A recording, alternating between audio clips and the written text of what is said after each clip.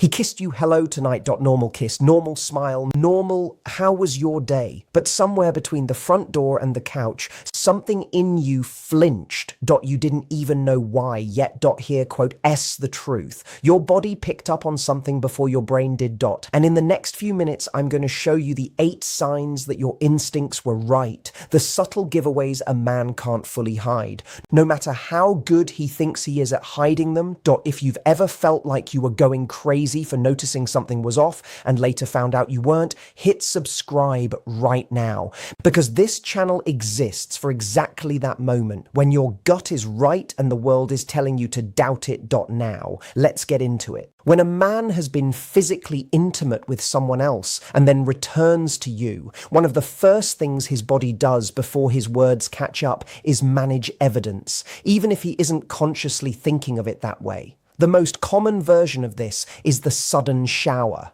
Not the fact that he showers, because obviously that's normal, but the timing and urgency around it. A man who usually walks in, kicks off his shoes, grabs a snack, and settles in before eventually cleaning up will, on a guilty night, prioritize the shower almost immediately, sometimes before he's even said a proper hello or asked how your day went. There's a rush to it, a need to erase that doesn't match his usual rhythm. Alongside this, you might notice a change of clothes that feels oddly specific, like he's swapped an outfit that doesn't need swapping, or he's suddenly aware of how he smells in a way he never used to be. Cologne applied heavier than usual, or gum chewed when he doesn't normally care about his breath, both fall into this category. Then there's the physical distance. A man who's used to pulling you in for a hug, resting a hand on your waist, or falling into casual touch might suddenly hold himself slightly apart. It's not always dramatic. Sometimes it's just a half-second delay before he leans in, or a hug that ends a beat too early, as if some part of him doesn't feel entitled to that closeness right now. This isn't him being cold on purpose. It's guilt manifesting physically, a kind of internal flinch that shows up as self-consciousness about his own body, his own scent, his own presence in the space he shares with you. Women often sense this shift before they can articulate it, because it's not one obvious action, but a cluster of small deviations from what's normal, all clustering around his body, and how he's suddenly uncharacteristically aware of it. The second sign shows up in how affection changes shape almost overnight. A man who's just been intimate with someone else often carries a quiet weight of guilt, and one of the ways that guilt expresses itself is through compensation. He becomes more affectionate than usual, but it doesn't feel organic. It feels deployed. Where he might normally say, "I love you" once a day, almost as a habit woven into normal conversation, suddenly it's said 3 or 4 times, each one landing with a slightly heavier emphasis, as if he's trying to convince someone, maybe even himself, that the feeling is real and unchanged. Compliments start arriving out of nowhere too. He notices your hair, your outfit, the way you're sitting on the couch, things he wouldn't normally comment on unless prompted. It can feel flattering at first, but there's an undercurrent to it that feels less like admiration and more like reassurance seeking, like he's trying to fill a gap only he knows exists. Physical affection follows the same pattern. A hand on your back, an unprompted hug from behind while you're doing dishes, pulling you closer on the couch when he'd usually just sit next to you. These gestures multiply in frequency but lose some of their ease. They start to feel less like intimacy and more like currency, something being spent to offset a debt he hasn't told you about. The tell isn't the affection itself, since healthy relationships have natural fluctuations in how loving a partner feels day to day. The tell is the mismatch between the intensity of the affection and the absence of any clear reason for it. There's no anniversary, no apology needed for something you know about, no obvious trigger that would explain why he's suddenly more devoted, more tactile, more vocal about his feelings. When affection spikes without cause, it's worth paying attention to what might be causing it beneath the surface, because genuine love tends to stay steady, while guilt-driven love tends to surge and then quietly recede once the anxiety behind it fades. The third sign centers on the phone and more specifically on the change in his relationship to it rather than the phone itself. It's important to say up front that a private phone isn't inherently suspicious. Plenty of people keep their phones face down or step away to take calls without anything being wrong. What matters here is deviation from his normal pattern. If he's never cared where his phone was, leaving it on the counter, handing it to you to look something up, letting it sit unlocked while he showers, and suddenly he's placing it face down every time he sets it aside, that shift is worth noticing. The face down habit often comes with other small adjustments too. He might change his lock screen for the first time in months, switch from a passcode he's used forever to something new, or silence notifications so nothing pops up while you're in the room together. Texts that used to come through as visible previews now require him to unlock the phone first, and you might notice him angling the screen away from you almost reflexively, even in casual moments where there's no reason to hide anything if nothing were wrong. Another giveaway is the pattern of stepping away. A man who never used to leave the room to take calls or answer messages might start doing it consistently, framing it as needing quiet or privacy for work, even when the timing feels random or the calls happen at odd hours. What ties all of this together isn't any single behavior, since context can explain almost anything in isolation. It's the sudden vigilance around a device that used to be an afterthought. Guilt makes people protective of the one thing that holds the evidence of where their attention has really been, and that protectiveness tends to show up as small, almost unconscious adjustments in how casually or carefully he treats something he used to treat without a second thought. The fourth sign lives in the way he tells you about his day, specifically in how smooth or how strangely detailed that account becomes. When someone recounts an honest day, the story usually comes out a little messy. They backtrack, correct themselves, add details out of order because memory doesn't organize itself into a clean narrative. It surfaces in fragments as something jogs another thought. Oh wait, actually that happened after lunch, not before, is the kind of correction that signals someone is genuinely reconstructing events as they speak. A rehearsed timeline doesn't do this. It moves in a straight line, one event following another with almost no hesitation, as if it's been reviewed and smoothed out before it ever reached you. Sometimes this shows up as too much detail in places that don't need it, an oddly specific account of who he ran into or what he ordered for lunch, details offered before you even asked, as if he's preemptively filling gaps he's worried you might notice.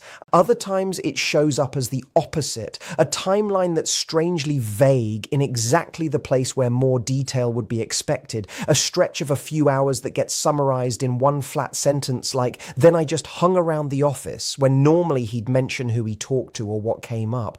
Both extremes, the over-explained and the under-explained, point to the same underlying issue, which is that the story isn't unfolding naturally from memory, it's being managed. You might also notice a slight delay before certain answers. Not a long pause, just a half-second longer than usual, the kind of gap that happens when someone is choosing their words rather than simply recalling them.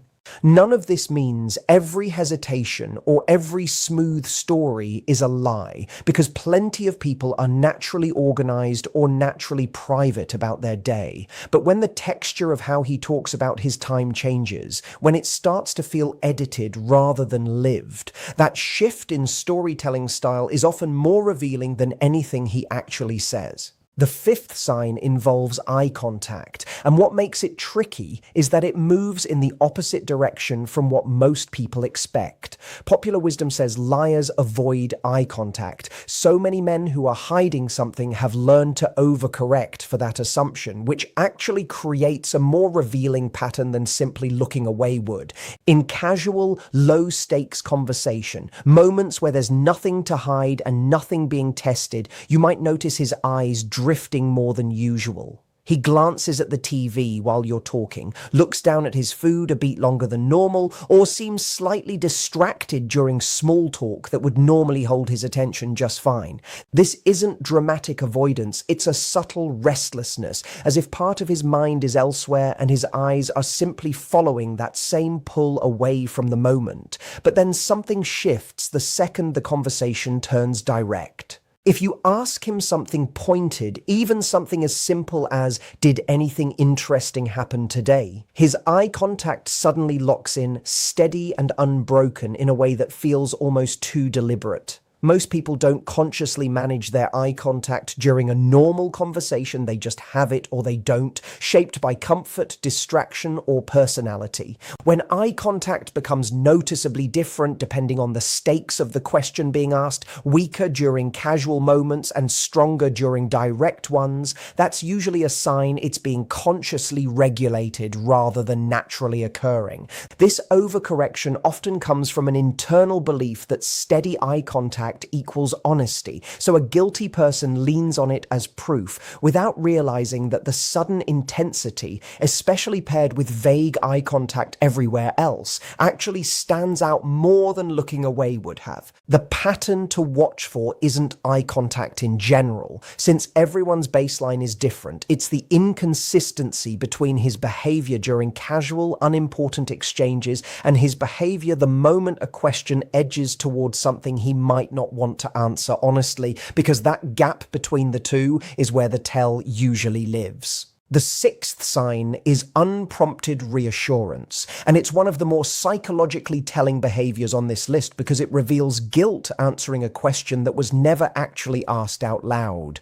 This happens when he says things like, "Nothing happened," or "I promise everything's fine," or "You have nothing to worry about," before you've raised any concern, before you've asked a single probing question, sometimes even before you've said much of anything at all. On the surface, it can sound comforting, even sweet, like he's simply trying to put your mind at ease. But reassurance only makes sense as a response to a question. And if no question has been asked, that reassurance is actually answering something internal, a worry or a guilt that's been circling in his own head rather than yours. This is sometimes called a Freudian slip in behavior rather than speech, where the unconscious mind reveals its preoccupations through unprompted defensiveness. A man who genuinely has nothing to hide isn't walking around anticipating accusations because there's no internal alarm telling him he needs to preemptively defend himself.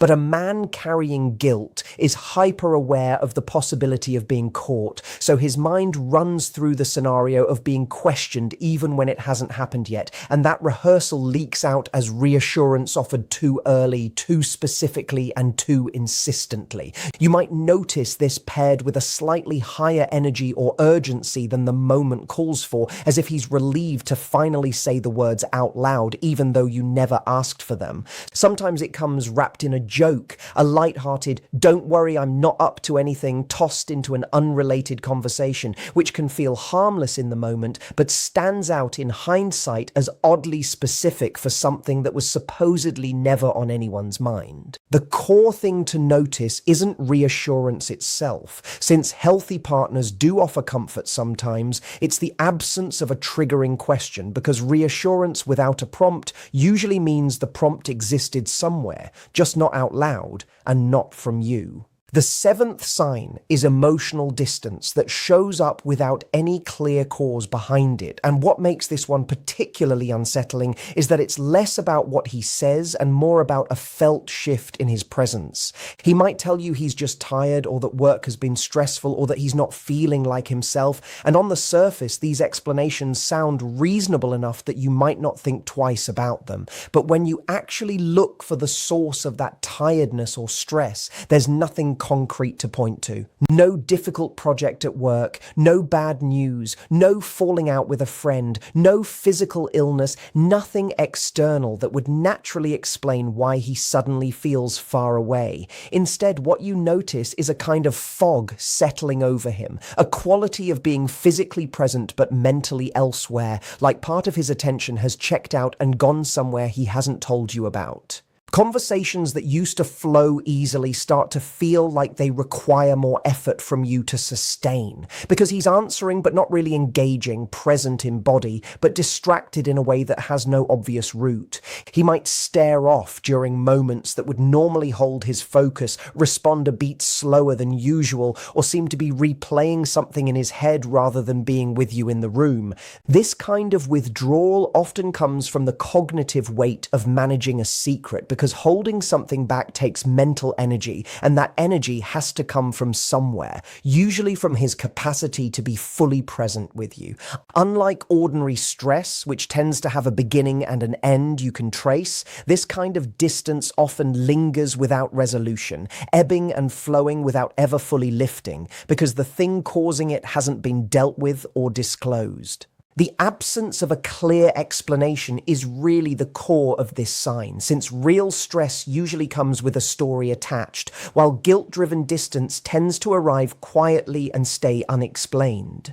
The 8th sign is the guilt gift, and it stands out because it disrupts the normal rhythm of generosity in a relationship rather than fitting into it. Every couple has their own natural pattern of gift giving, tied to birthdays, anniversaries, holidays, or just the occasional spontaneous gesture that happens every so often without much predictability. What makes the guilt gift different is that it breaks that pattern sharply, arriving with no occasion attached and no build-up that would explain it. Flowers show up on a random Tuesday. Dinner reservations get made at a restaurant he's never suggested before, sometimes somewhere nicer or more expensive than what you'd normally do together. A piece of jewelry appears, or a gift that feels slightly too big for the moment, handed over with a kind of nervous energy rather than the easy warmth of a genuine surprise. The tell isn't the generosity itself, since thoughtful partners do surprise each other sometimes without any hidden motive. The tell is the disconnect between the size or timing of the gesture and the absence of anything that would naturally prompt it. If you find yourself thinking, "This is sweet, but where is this coming from?" that instinct is worth paying attention to, because genuine spontaneity usually still makes some kind of sense within the context of the relationship, while guilt-driven generosity tends to feel like it's filling a silence rather than celebrating a moment. There's often an urgency to it too, a need to give the gift soon, almost immediately after whatever prompted the guilt, as if waiting would let the discomfort sit for too long. You might also notice he seems more invested in your reaction than usual, watching closely to see if you're pleased, needing the gesture to land in a way that reassures him as much as it delights you. This is because the gift isn't just for you in that moment, it's partly for him, a way of easing something he's carrying internally by proving to himself through your happiness that things between you are still okay. When generosity spikes without a clear reason and carries this undertone of anxious hope for your approval, it's often less about celebration and more about quiet repair for something you don't yet know happened.